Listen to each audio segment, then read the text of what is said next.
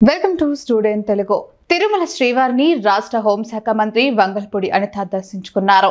VIP విరామ సమయంలో కుటుంబ సమేతంగా స్వామివారిని దర్శించుకొని మొక్కులు చెల్లించుకున్నారు. దర్శనానంతరం ఆలయంలోని రంగనాయకుల మండపంలో వేద పండితులు ఆమెను వేద మంత్రాలతో ఆశీర్వదించగా టీటీడీ అధికారులు పట్టు వస్త్రంతో సత్కరించి తీర్థ ప్రసాదాలు అందించారు.